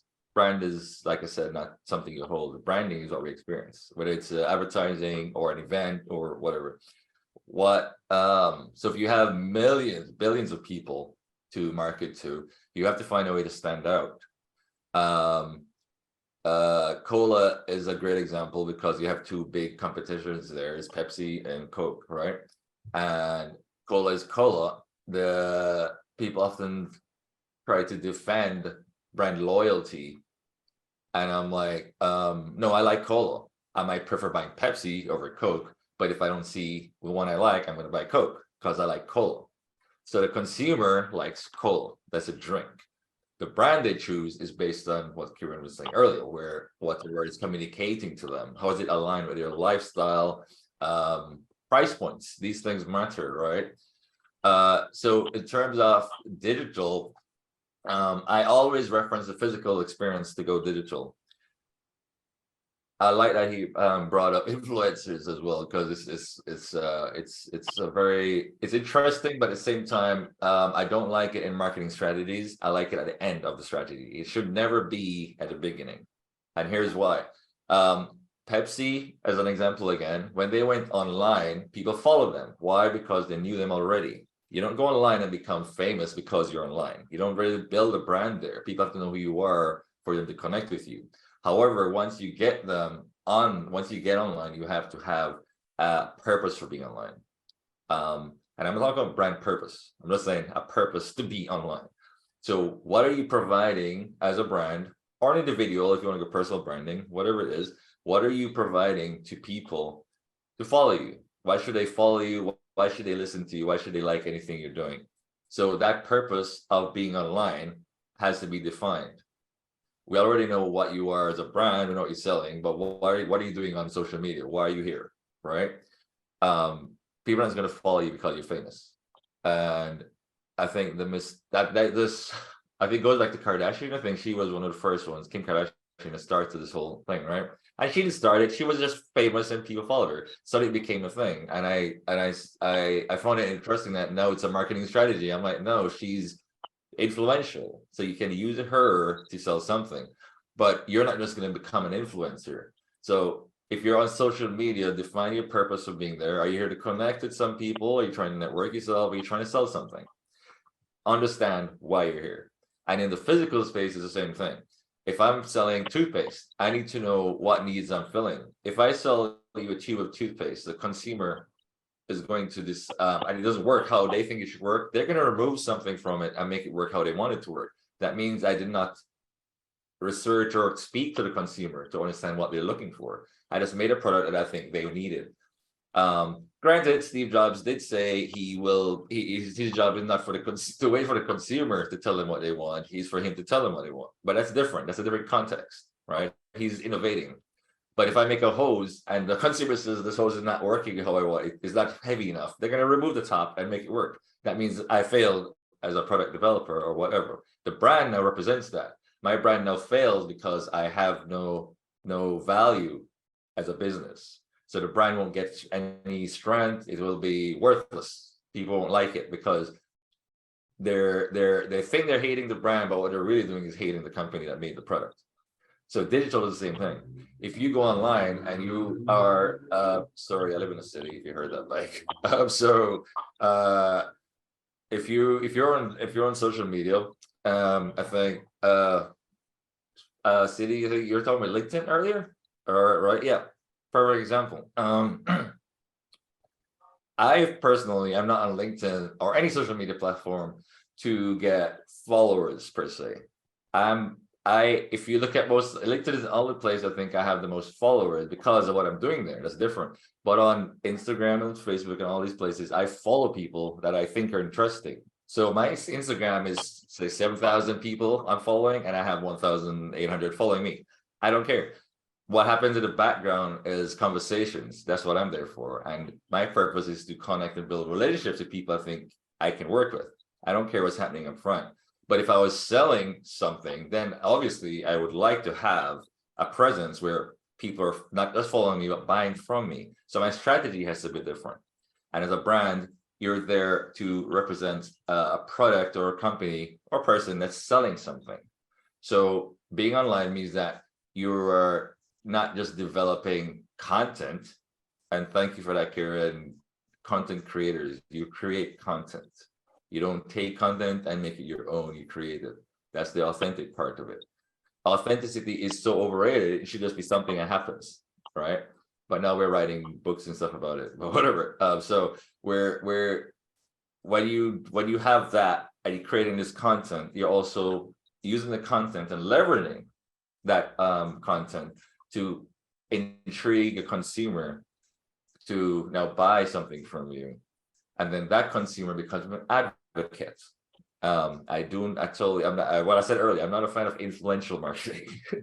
In advertising and marketing, we influence anyway. That's our job. We influence. You cannot make somebody buy something that doesn't want to be sold. They'll never buy it. But you can influence, hey, this is something interesting. You want to try it. But they probably won't buy it unless they want it. So when you're speaking, I had by one of my favorite authors, Dave Trott, he said that when you do advertising, remember you're speaking to one individual. So your target market is made up of several individuals, and each of those people should feel like you're talking to them. And that's what social media should be. When you put stuff out, each person that reads your thing should say, oh, he's talking to me because it relates to me. I'm not trying to talk to everybody. I'll never be able to talk to everybody. So I have to pick that personality, that person that I need to connect with, who's going to become an advocate. And that person is going to tell everybody about my business. And they're going to keep buying and buying and buying. And then you have your followers. It's followers, I consider a result, a reward, like money. It's a reward of something you've done. And I think it's a responsibility you have as well. When you get to follow, it's a privilege to have somebody follow you. Somebody literally says, I would like to follow this person and learn from them or buy from them, whatever it is. So that the future of that is everything's going to be centered around this concept or philosophy of experience. How do we take that? How to bridge, harmonize this physical experience into digital? And this is where you have AR and VR on this is coming in, because now we're trying to make sure people can connect digitally while in a physical space without having to go to their desktops or whatever. It can be on the move. So become an ecosystem. And that's the future, in my opinion. I don't like predicting the future. I do not beware of people who predict the future, but I am just saying this is my perception of what the future will be when technology and people connect. That's the future of brands and digital for me. Thank you so much, Phillip. I think you rightly said one thing I observed is that one thing that will go further, one thing that be constant forever will be connections, will be relations. So what relations we make behind the scene will go further and nothing else. And that again, that comes through authenticity, through reality. Now I shift to Siddhi. And Siddhi, I would like to know, when we are talking about consumers, when you're talking about consumer buying products, taking services, when we are talking about that, how will authentic or real content will impact or will influence consumer buying decisions? Right. Like if I say like, how do you make a purchase? For example, like you will definitely search for the product on various platforms. Depend like which product you are looking to buy. You will search the product on different platform, like how it is, how it is used. You will find many ways and Google it, and many things you will find.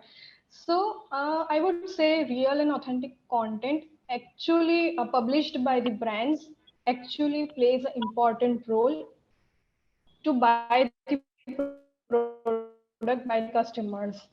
Actually, it is very important. Like people like to see what is behind of any brand. Here I mentioned few points like that will influence the buying decisions of the customers. Like people actually like to see what actually behind the company, who is working with the company, what they are working. Not only sales. Like as Kiran already said, salesy content. So customer don't like to see salesy content every day. They would prefer different type of content to consume rather than salesy content. So it is responsibility of that brand, or it is their role, that create a different content that will connect to their customer and that connect to their customer stories.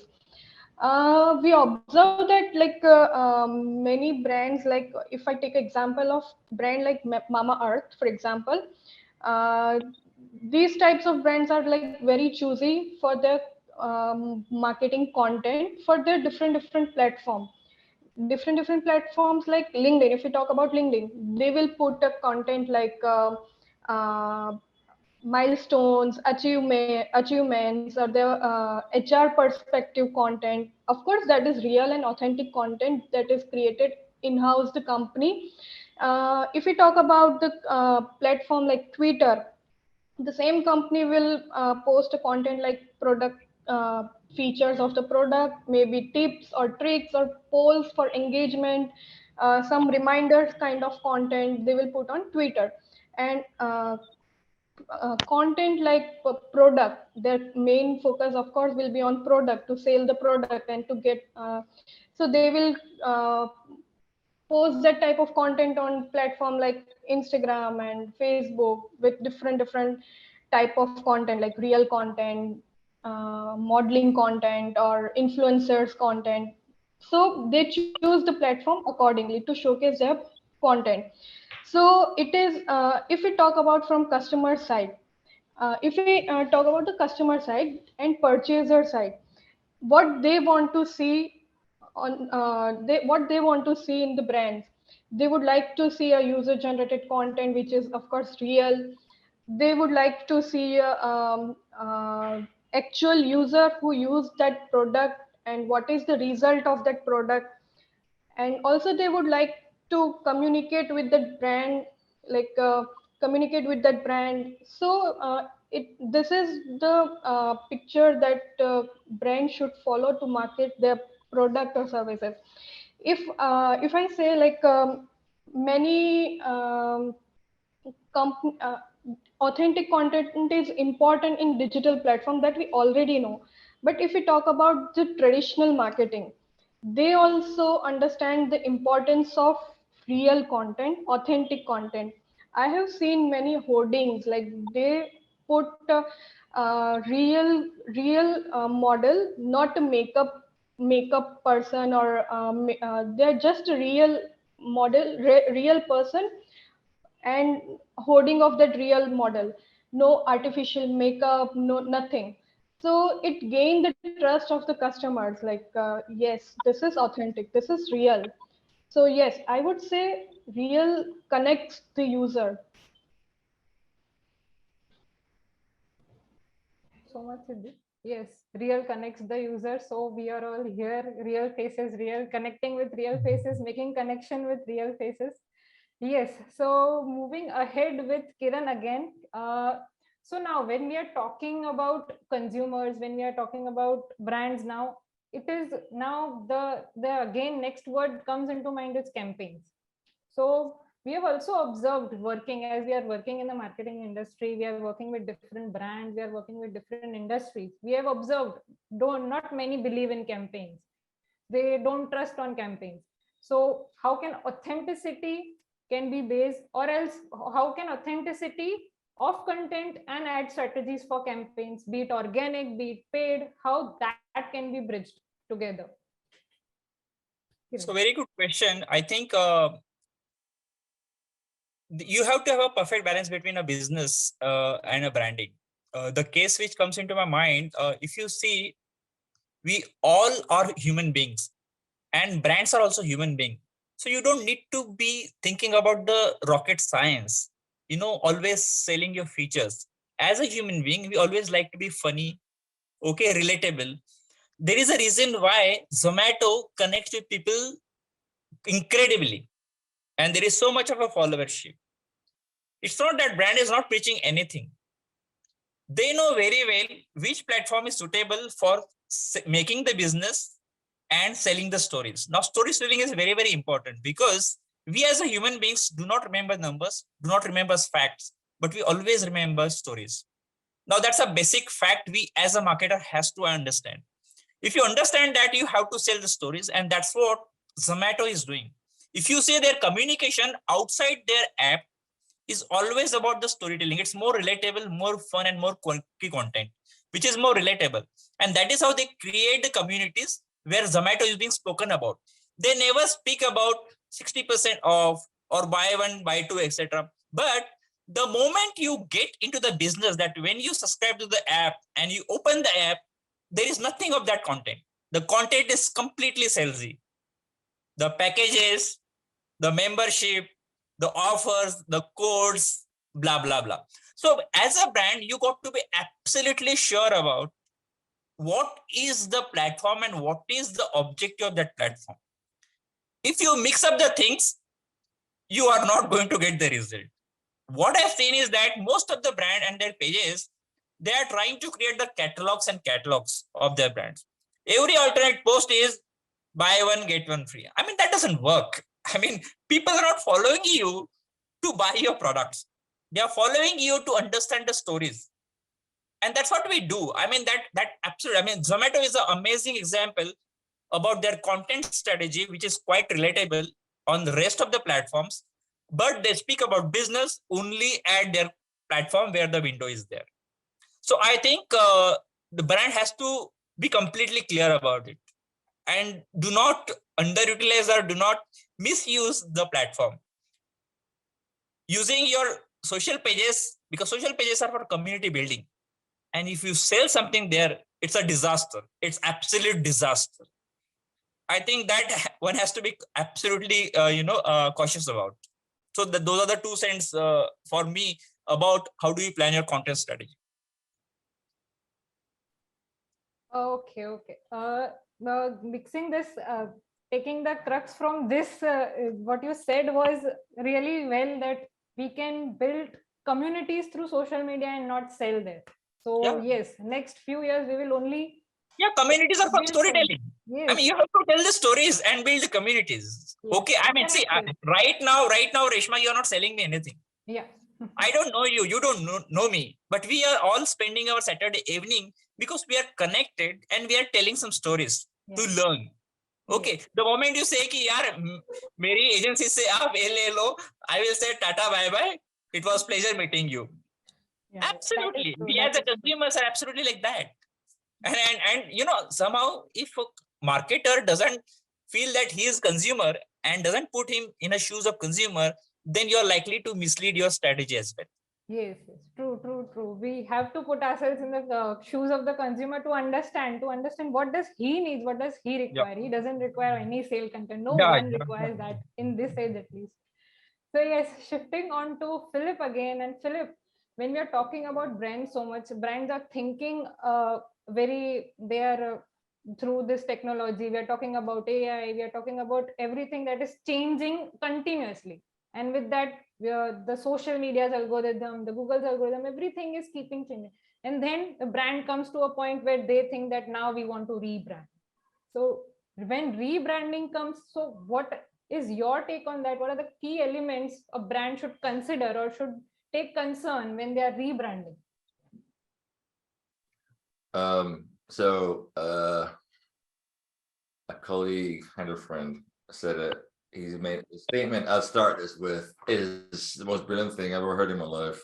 He said that a logo, a change to a logo is a symbol of change. It's not a change to a symbol. What that means, before you even think about rebranding, why are you rebranding? Clients often, most designers, I mean, I've designed 20 years ago. I do my strategy now, but I remember, and even today they still do it. Clients come to you, we need a new logo or website, and nobody ever seems to ask them, why do you think you need that? What's the actual problem you're having? And you just discover that they're trying to increase their sales, or they're trying to have reposition themselves in the market because they want more value. But in their head, because everybody says, curious of the selling, everybody says, give me, sell me, they're selling you a logo, they're selling you a website. And the clients come in and say, all right, I will, I need a website. And we say, okay, here, I'll build it for you. We haven't asked them. We just said, we just sell it. Salesy, as the word's been going around here, not solving problems. So to rebrand anything, you have to know why you want to rebrand it. Understand that the consumer does not give a shit, care, okay? What I mean by that is not that they don't care about what they want. It's nice to, you can eat from your table, you can eat your food from your table, it's clean, it's in your house, but it feels better to eat from a plate and a fork, or whatever the cultural thing is in your country or my country, whatever we eat food from, it just feels better that way. But you can eat from the table, just throw it on the table and eat it. But nobody wants that. It's messy and whatnot. So that's what the branding is. The consumer would not care if the cap is orange or purple or the label is whatever the picture, they don't care. But subconsciously, they don't realize that's what's attracting them to this product on the shelf. They see it because it stood out from everything else. So our job is to, influence them, intrigue them, let them pick this thing up and look at it. And then if they read what's on it and it aligns with them, they'll buy it. So to rebrand, you have to know why. And the why is usually something to do with increasing or leveraging value of some kind. Marketing, they've tried against it. This marketing is war. If you're not prepared to take something from somebody else, then you can't be serious about marketing. That means you're not serious about business. Don't go there and rebrand and try not to make a lot of noise. Burn the ocean, right? Just set it on fire, because what you're trying to do is get more market share. You're trying to get consumers from another company to buy your product. So rebranding means that there's something internal that happened in the company and you want everybody to know that we're different now, right? You don't just rebrand by changing your logo and your website and your colors. It's an internal change. That means people in that company are different. That means your systems, your processing, your supply chain, everything is different. You're going to be better than you were before. And that I like to use Batman. I don't, Batman logo in the sky. That's really what you're doing. When people see that logo, they know who Batman is. The logo does nothing, but it reminds them. It's a symbol of the promise that Batman made to them. The brand is saying, I promise to you, consumer, to do this for you. And that logo means that whenever see it, wherever it's seen, the consumer remembers they promised, they're keeping their promise, the product's great. And incidentally, the rebranding, or even if you're just branding, for what I call them components, can be process or phrases that you need to focus on. It's awareness, knowledge, commitment, and supply chain management. Supply chain management is a very important one. after you get through those, because it's the last stage. Awareness obviously means people know you're around. They know, you're letting people know you exist, but you have to know why you're letting them know that. So knowledge, educating them on what you're doing.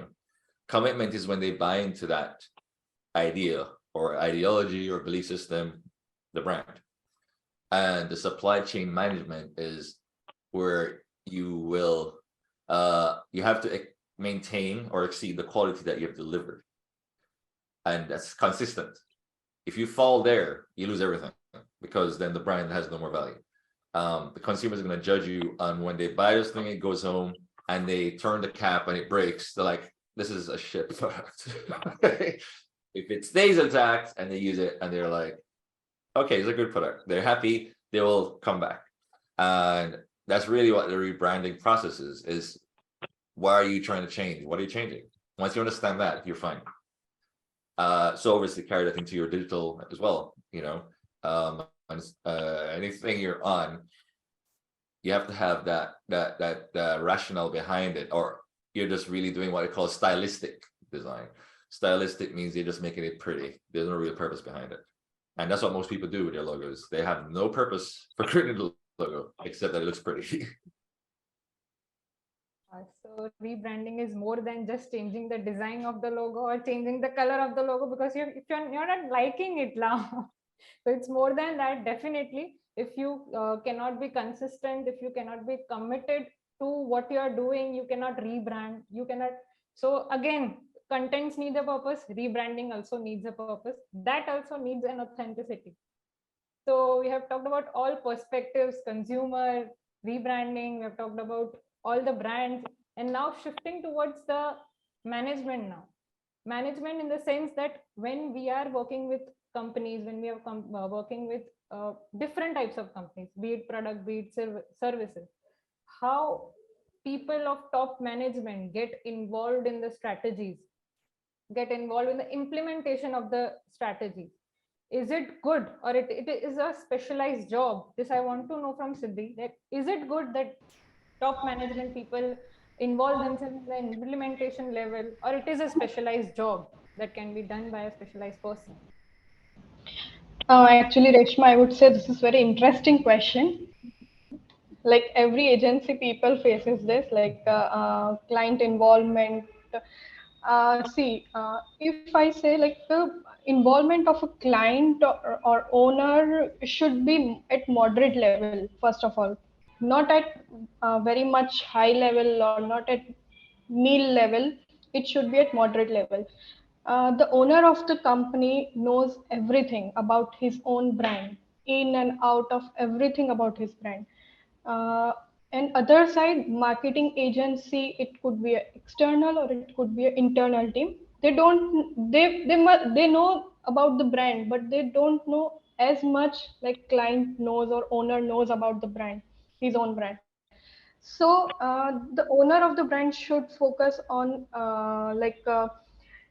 should participate in marketing strategy formed by the marketing agencies or marketing person or expertise person. He should focus on this part, not like as I think Phillip can relate. Logo thoda, make the logo bigger and make the creative more interesting, or not at this level. They should participate. Let the expertise person do their job, I would say. So yes, the involvement of the client or owner should be at moderate level and should guide the team about the company's vision and their what strategies they could build or participate in the strategy building and campaign. What will be the campaign? How we will get benefited from this campaign? So I think, I would say that owner of the company should create the second line very strong to communicate all this thing to marketing team, and they should not involve themselves very much in this small task, I would say. So of course, this is my statement, like at moderate level. Thank you so much, Siddhi. So I think we have come to an end, and yes, Siddhi gave an ending note too, that the client or the owner or the top management level are there on the moderate level. They should lead the vision, and rest should be done by a specialized person like us, like marketers, like in the market industry.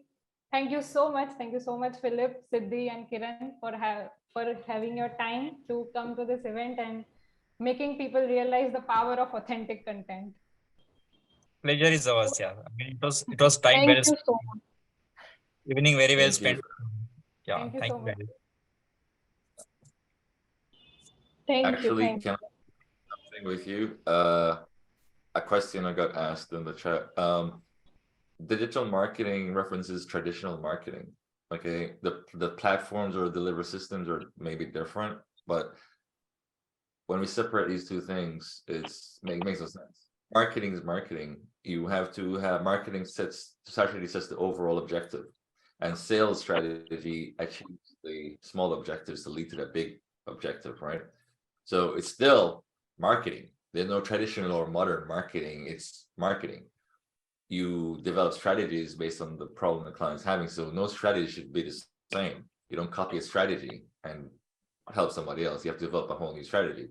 So in my opinion, there's no digital and traditional marketing. It's just marketing. You're a marketer, market something. As I think Kiran kept hinting at, just market something. There's no whatever. Thank you, Phillip. Thank you for joining, even if there is a lot of time difference there and here. So thank you so much for giving your time to this event. Thank you, guys. Have a great evening. Have a great weekend, everyone. Over to you, And Nikhil. happy New Year to everybody. Oh, well, that's a wrap to a flawless panel discussion. That is overall an umbrella term used, and in product development either from scratch or till supplying it to actual customers. So yeah, flawlessly put, everybody. Thank you so much for joining us. So I would agree that this was really, really well put, and I'm sure our attendees will agree to it as well. So this session has definitely catered to all the potential opportunities for not just business owners, but industry professionals as well. I would like to thank all the speakers, all our panel members for such an insightful and knowledgeable session, and also our associates who made this event a success. And I would also like to thank our attendees who have been so attentive during the whole event. We are sure you must have sorted your growth decisions by now. And if you all have any questions whatsoever, you can put it in the chat box, or I'm sure you can connect individually to our speakers and panel members if you have any personal questions regarding brand building or whatsoever. Thank you everyone for making our online summit Digital Horizons 2023 a huge success. But this is definitely not an end. We will surely bring to you such more events that enhances our experience in the digital field. So last but not the least, I would bid adieu to everybody. Good night. A very happy weekend to all. See you all really soon. Goodbye. Bye, everyone. Bye, Bye-bye. everyone. Bye. Thank you and goodbye. Thanks for having me. I'll see you later. Thank you so much. All right, bye-bye.